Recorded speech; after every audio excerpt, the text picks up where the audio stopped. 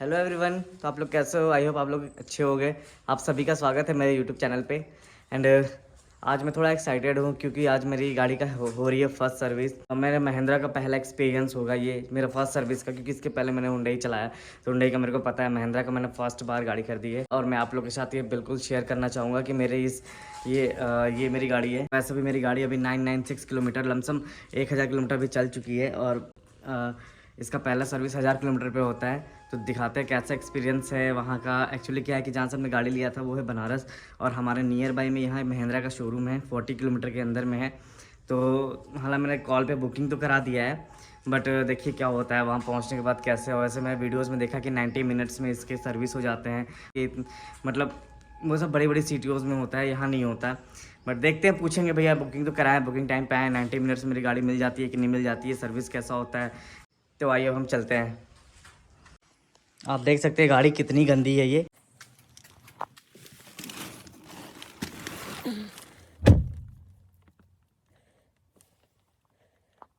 मेरी गाड़ी चल चुकी है 96 किलोमीटर। एंड अभी टाइम हो रहे हैं 10:21। यहाँ पे टाइम शो करता है। शोरूम थोड़ा सा यहाँ से दूर है तो हम आपको रास्ते का थोड़ा बहुत व्यू देख के आपको डायरेक्ट ले चलते हैं शोरूम पे। फाइनली हम शोरूम पहुँच गए हैं। ये सारी गाड़ियाँ नई नई लगी हुई हैं। हमारी गाड़ी जो है वो हो रही 16वें नंबर पे लगी है। एक्चुअली क्या हमें थोड़ा लेट हो गया था इनके टाइमिंग से, तो बहुत ज़्यादा गंदी हो गई है। तो थोड़ा सा वॉशिंग करवा के उसके बाद इसका काम चालू होगा। वैसे हमारी गाड़ी स्टार्ट हो गई है, देखिए अभी कहाँ जाती है।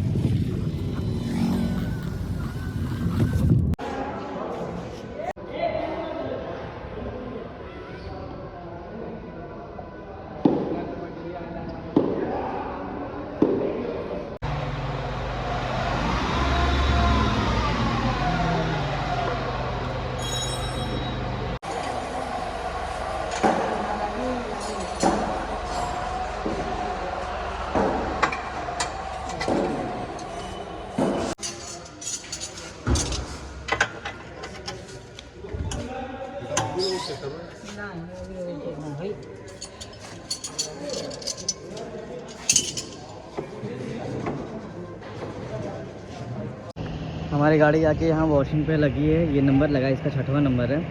पर अभी बहुत टाइम लग जाएगा, बता रहे हैं ये लोग कि 4 बज जाएगा वॉशिंग करते करते। इसलिए हम लोग वॉशिंग ना करा के गाड़ी को ले आ रहे हैं घर।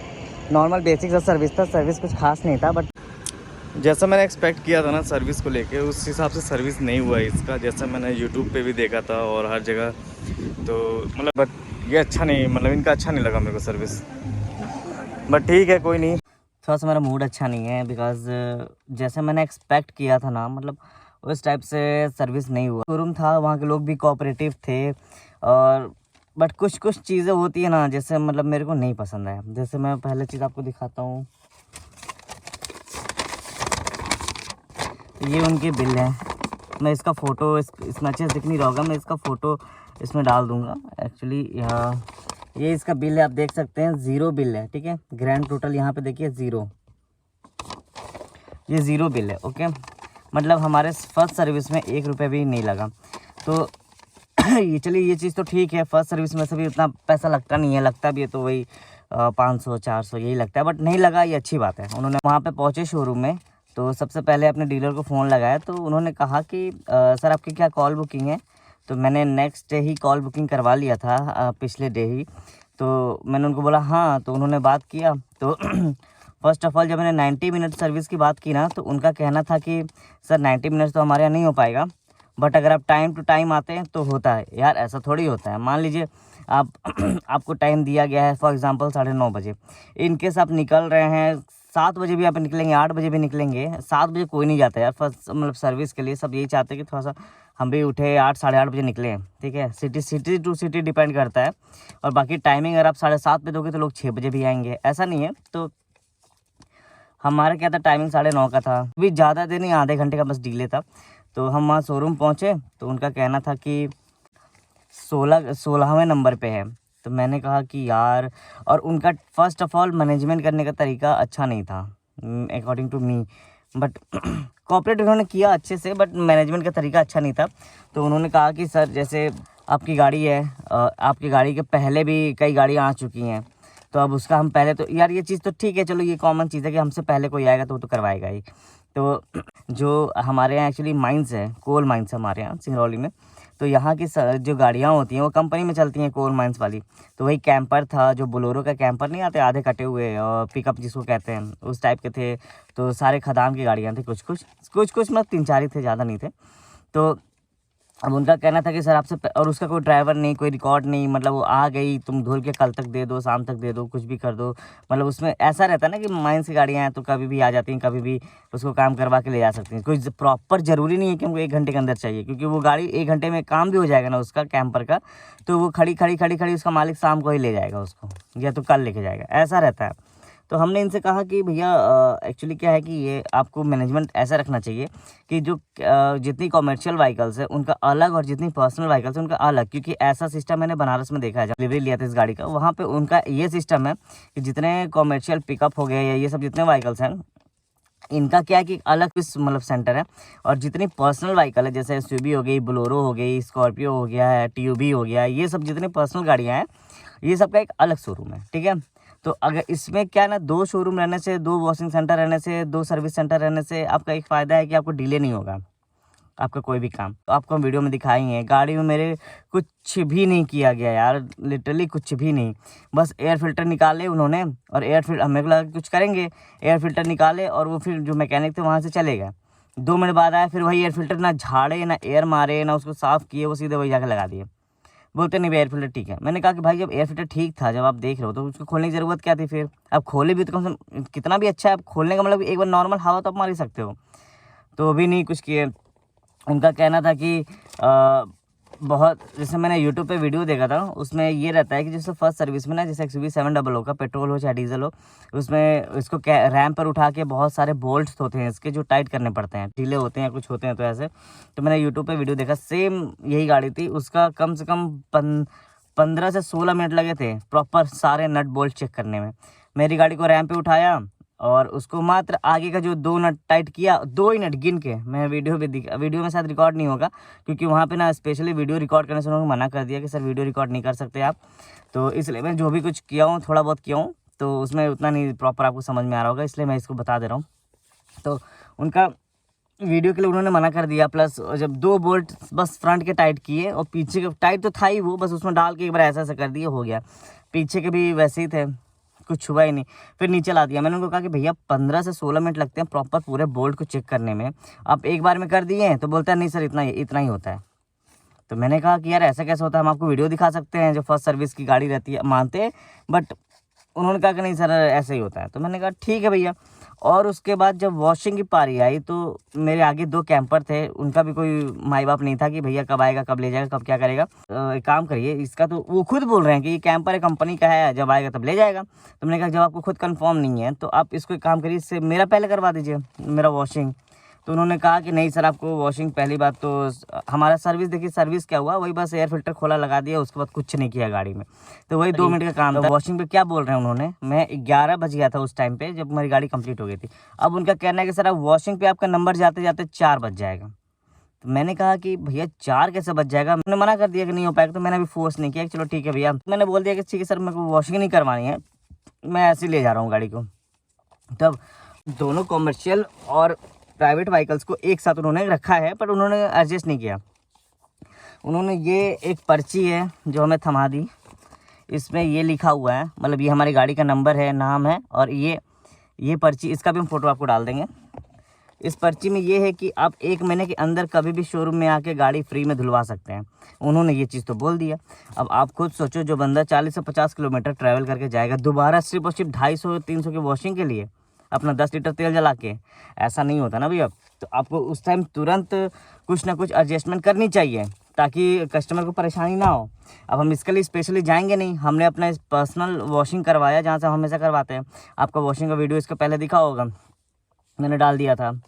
तो ठीक है। और दूसरी बात मेरे को उनका डिसएडवांटेज ये लगा कि ठीक है भैया, आज मेरी गाड़ी का काम हुआ है तो सर्विस हुई है, तो जो रेटिंग का होता है उन्होंने स्पेशली मेरे को बोला कि सर ऐसा कोई भी नहीं बोलता, कस्टमर पे डिपेंड करता है कि वो कैसा रेटिंग देगा गाड़ी की सर्विस में। ठीक है, वो सेटिस्फाइड है तो 10 देगा। मैं अक्सर 10 ही देता हूँ, मैं कभी किसी का रेटिंग नहीं काटता क्योंकि मुझे खुद थोड़ा सा एकवर्ड लगता है रेटिंग काटने में, तो इसलिए मैं हमेशा 10 ही देता हूँ। पर उन्होंने इस बार पता है, मतलब फर्स्ट सर्विस थी मेरी महिंद्रा की, तो उन्होंने क्या किया कि उन्होंने मेरे को बोला कि सर हम रिक्वेस्ट कर रहे हैं आप 10 दे दीजिएगा। तो मुझे ये थोड़ा सा अच्छा नहीं लगा यार, क्योंकि देखिए इस तरह महिंद्रा का क्या होता है ना कि अपना खुद का रिव्यू गिरता है कि वहाँ के लोग रिक्वेस्ट करते हैं, तो मीन्स रिक्वेस्ट करेंगे सर 10 दे दीजिएगा ना, 10 दे दीजिएगा ना। तो मैंने कहा कि यार वो तो कस्टमर पे डिपेंड करता है ना, बट ठीक है आप बोल रहे तो हम दे देंगे 10। अब जब हम घर आने के बाद जब हम चेक किए कि रिव्यू देना है, तो मुझे पता चला कि वो जो रिव्यू था वो पहले ही हो चुका था। तो मुझे तो ये पता नहीं, मैंने तो दिया ही नहीं। तो फिर मुझे याद आया कि वो एक OTP या कुछ ऐसा मैसेज आया था जिसमें गाड़ी नंबर और ये सब लिखा रहता है, तो वो मैसेज के लिए मेरा फ़ोन मांगे थे वो।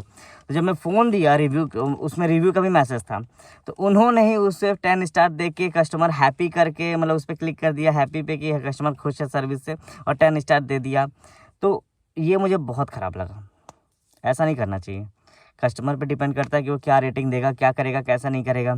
आप ही लेके उसको कर दिए तो यार एक काम करिए, सब कुछ आप ही कर दीजिए। फिर कस्टमर किस लिए बैठा है, फिर आपकी रेटिंग किस लिए बैठी है। हालांकि मैं डीलर का नाम नहीं लूँगा, बट ऐसा नहीं करना चाहिए उनको। अब उसके बाद जब मैं ऑप्शन खोल रहा हूँ रेटिंग का, तो दिखा रहा है सर आप ऑलरेडी सक्सेस है। दोबारा खुल ही नहीं रहा वो रेटिंग। मैंने कहा कि यार, फिर मैंने गुस्से में सब मैसेज से हटा दिया, सब कर दिया, बोला हटाओ यार। जब अब मैं एक चीज़ डिसाइड किया हूँ, चाहे जैसा भी हो, मैं जहाँ से गाड़ी लिया हूँ बनारस से, मैं इसकी सर्विस अब 10,000 किलोमीटर वाली, 30,000 किलोमीटर वाली, कोई भी किलोमीटर वाली सारी सर्विस अब मैं बनारस जाके करवाऊँगा। इंसान थोड़ा बहुत ट्रैवल कर सकता है जहाँ काम अच्छा हो। यहाँ का काम मेरे को बिल्कुल पसंद नहीं आया, बिल्कुल अच्छा नहीं लगा। इंसान कोऑपरेटिव होने से सब कुछ नहीं हो जाता। कोऑपरेटिव तब होना चाहिए जब आप उसको एडजस्ट कर सको, उससे बात कर सको या उसकी हेल्प कर सको, तब कोऑपरेटिव बनो तो अच्छा भी लगता है। अब ये थोड़ी कि कुछ नहीं करेंगे भैया, पर आपसे बहुत प्यार से हम बात कर रहे हैं, तो बात करने से कुछ नहीं होता। ठीक है, बट आई होप हम क्या कहना चाहते हैं आप समझ रहे हैं। बट हमारे यहाँ का जो ये शोरूम का नाम है भगवती फ्रंटलाइन मोटर्स। ये बैडन से थोड़ा सा आगे पड़ता है, सिंगरौली, सीधी रोड बैडन सिंगरौली।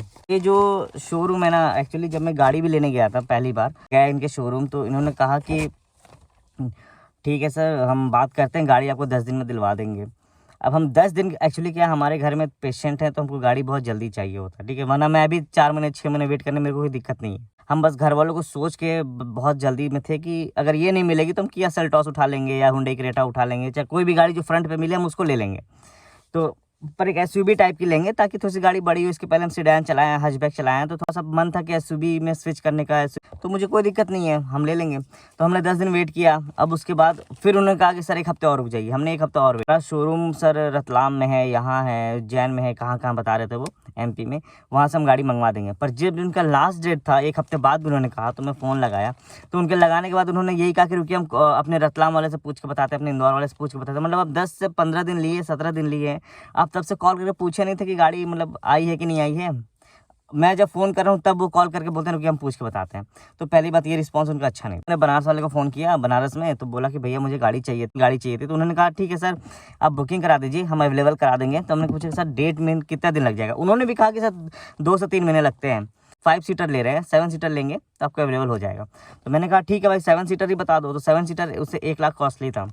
तो मैंने कहा कि भाई गाड़ी तो चाहिए ही मेरे को जल्दी।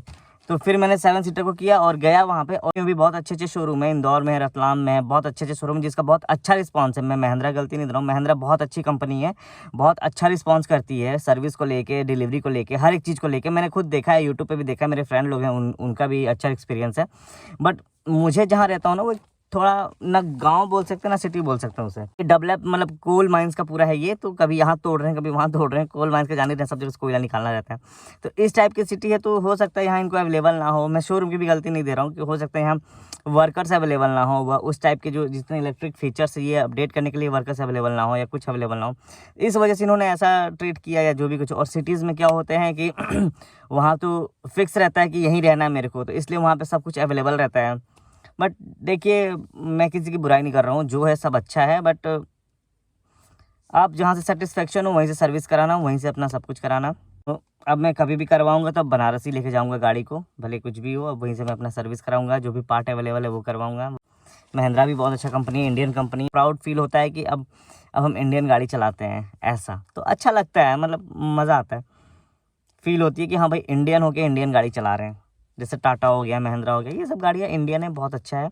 इसलिए मैंने हुंडई छोड़ के अब इंडियन गाड़ी लिया है, महिंद्रा। और बाकी हर एक चीज़ में अच्छा है ये, पावर, पिकअप, पेट्रोल, रॉकेट है सब कुछ है। बाकी आप देख ही रहे हो। बस थोड़ी गाड़ी वेटिंग पे है, इसलिए थोड़ा सा लोग थोड़ा हाइपर हो ही जाते हैं, क्योंकि सब भाई पैसे दे रहे हैं, प्लस सबको ज़रूरत होती है गाड़ी की, तो अब गाड़ी टाइम से नहीं मिल पाता तो लोग हाइपर होते ही हैं। आप अगर हमारा वीडियो यहाँ तक देखें तो प्लीज़ लाइक एंड सब्सक्राइब करके जाइएगा। एंड हमारे वीडियो में बने रहने के लिए धन्यवाद।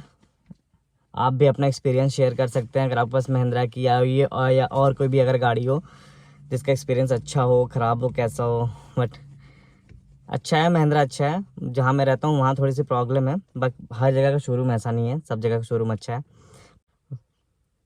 Thank you, bye bye.